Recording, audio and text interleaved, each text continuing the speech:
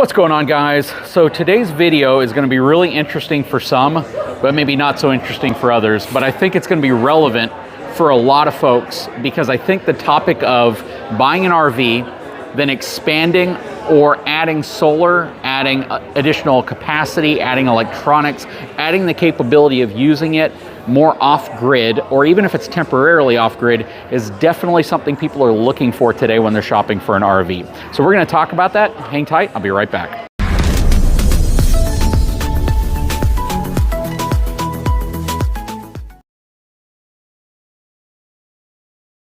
All right, so I got my new good friend Jake in front of me. He is with GoPower and Dometic, and they are now one company, which is really nice. They produce a ton of great products. I think everyone's familiar with Dometic. More and more people are getting familiar with GoPower as you buy RVs and you see the GoPower solar charge controller that's often included with a lot of RVs.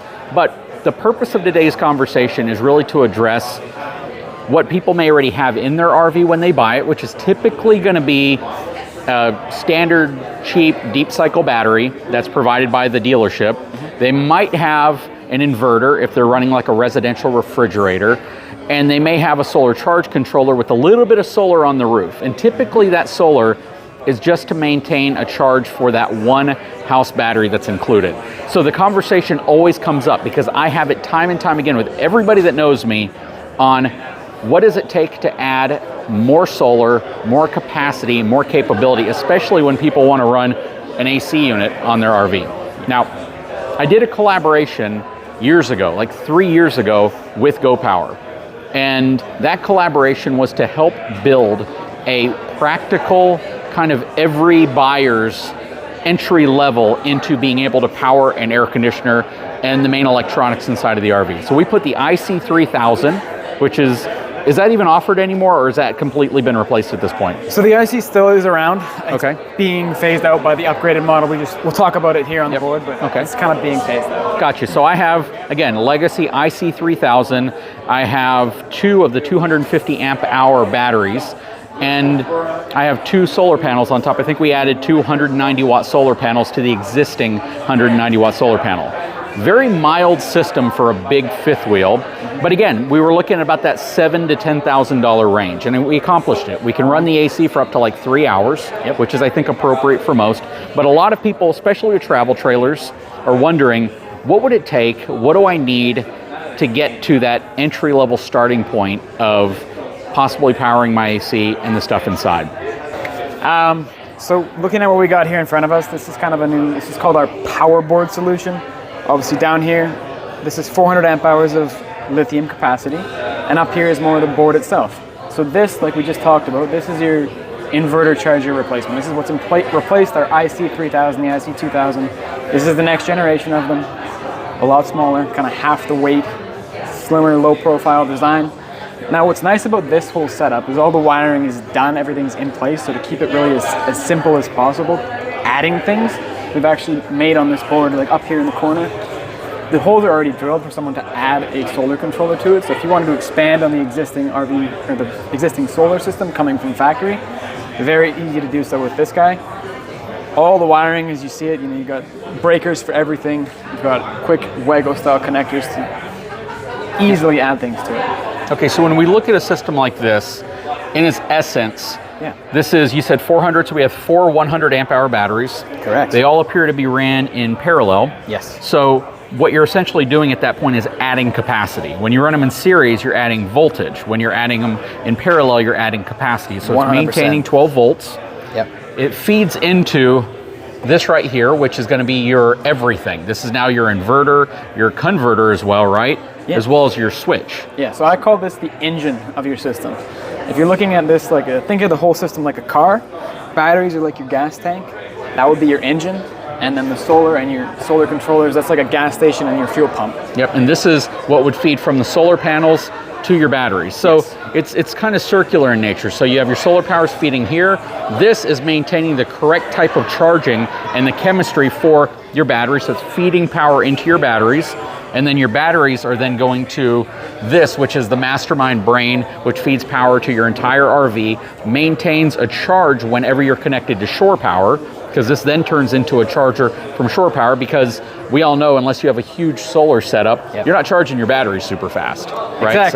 Exactly. All right, so for a setup like this, for moving this, now you have other versions of this, I'm assuming, right? Or is this the only one you make? So there's a 2000 and a 3000 of this particular model here, and there's a whole bunch of other styles over there that look similar, just do slightly different things. Okay, so and some of them I'm assuming will include maybe the converter built into it, some of them will include other features. This is like an all-in-one solution, Correct. Right? So this one has the converter, this one has the 50 amp transfer switch, everything is built into this one. Okay, gotcha. So this is great, and then does this have a shunt? Yeah, so we're currently using a shunt and a charge monitor right here, or is that built into your actual Good, so that brings up a good point. So built into the batteries is the shunt. So in this particular setup, there's no external shunt required because these are our batteries and they're the advanced lithium. So in here, they've got built-in heaters for colder temperature operations. They've also got a shunt in each individual battery. So the BMS in each one talks and allows them to self-balance and control and tell you exactly how much power is in the whole cell or the whole bank, you know, as a whole. You know, what is really cool, I love that, because you're no longer having to go to an external shunt that you have to tie in. It's great that you build it in because you're always tying it into your negative terminal anyways. Yeah, it simplifies the wiring. It makes it a lot easier. There's no possible, no possibility for mistake. If you're adding a battery later on and oops, I forgot to include the shunt, well now you have a problem in your system, it might not report everything accurately.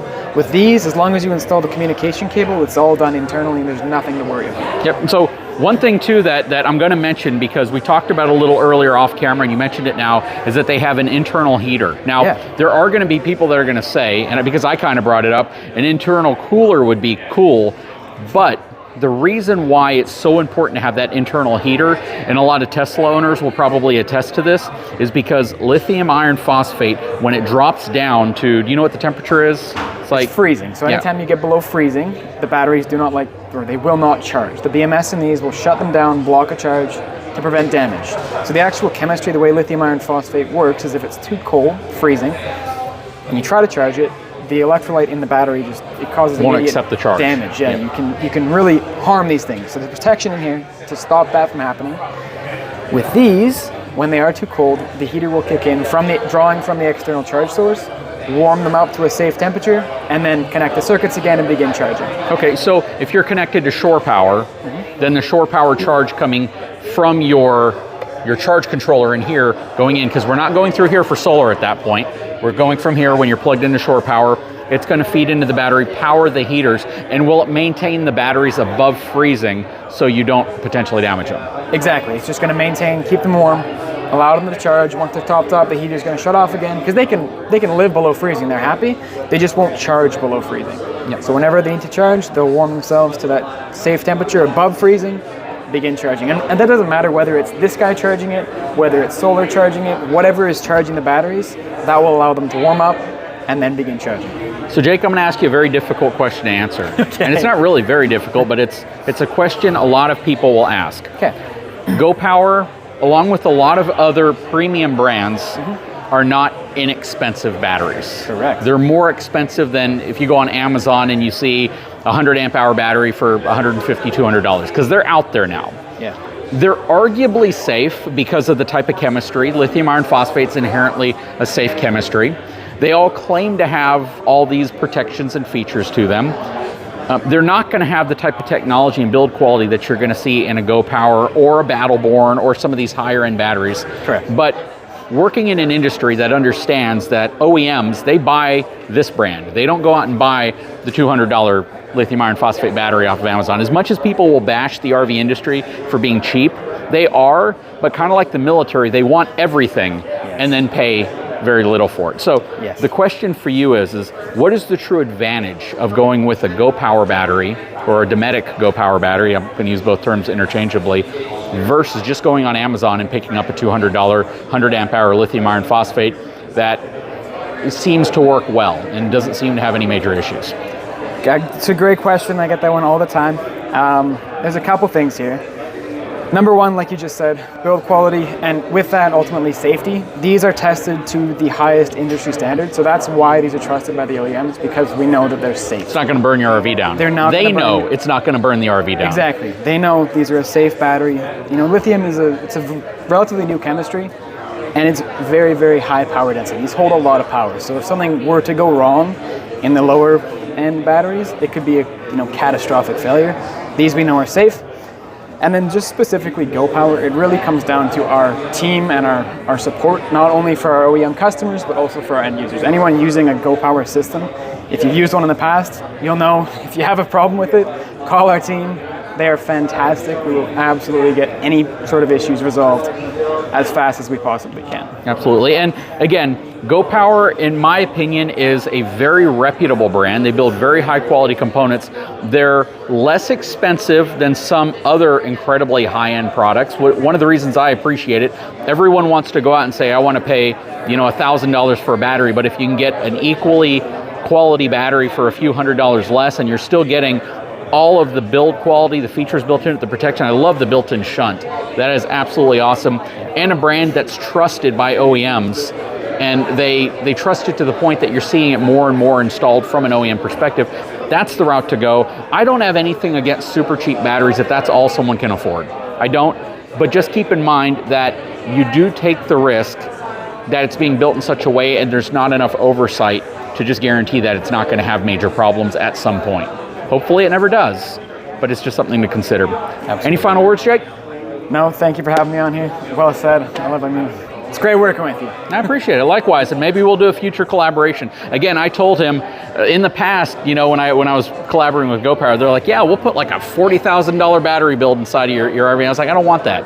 I want the practical system that most people would be like, hey, I just, I want to spend a little bit of money. I've saved up some money. I want to get started. What do I need? You don't need 4 batteries. You might be able to start off with just a couple of them. Just understanding what you're going to be running, how long you're going to run it for, what it's going to pull from it. As long as you're realistic and you have the right expectations, you can have a very small battery system if it's only going to be used to maybe run your 12-volt refrigerator while you're driving down the road or while you're doing certain things. And I think that that's the key here.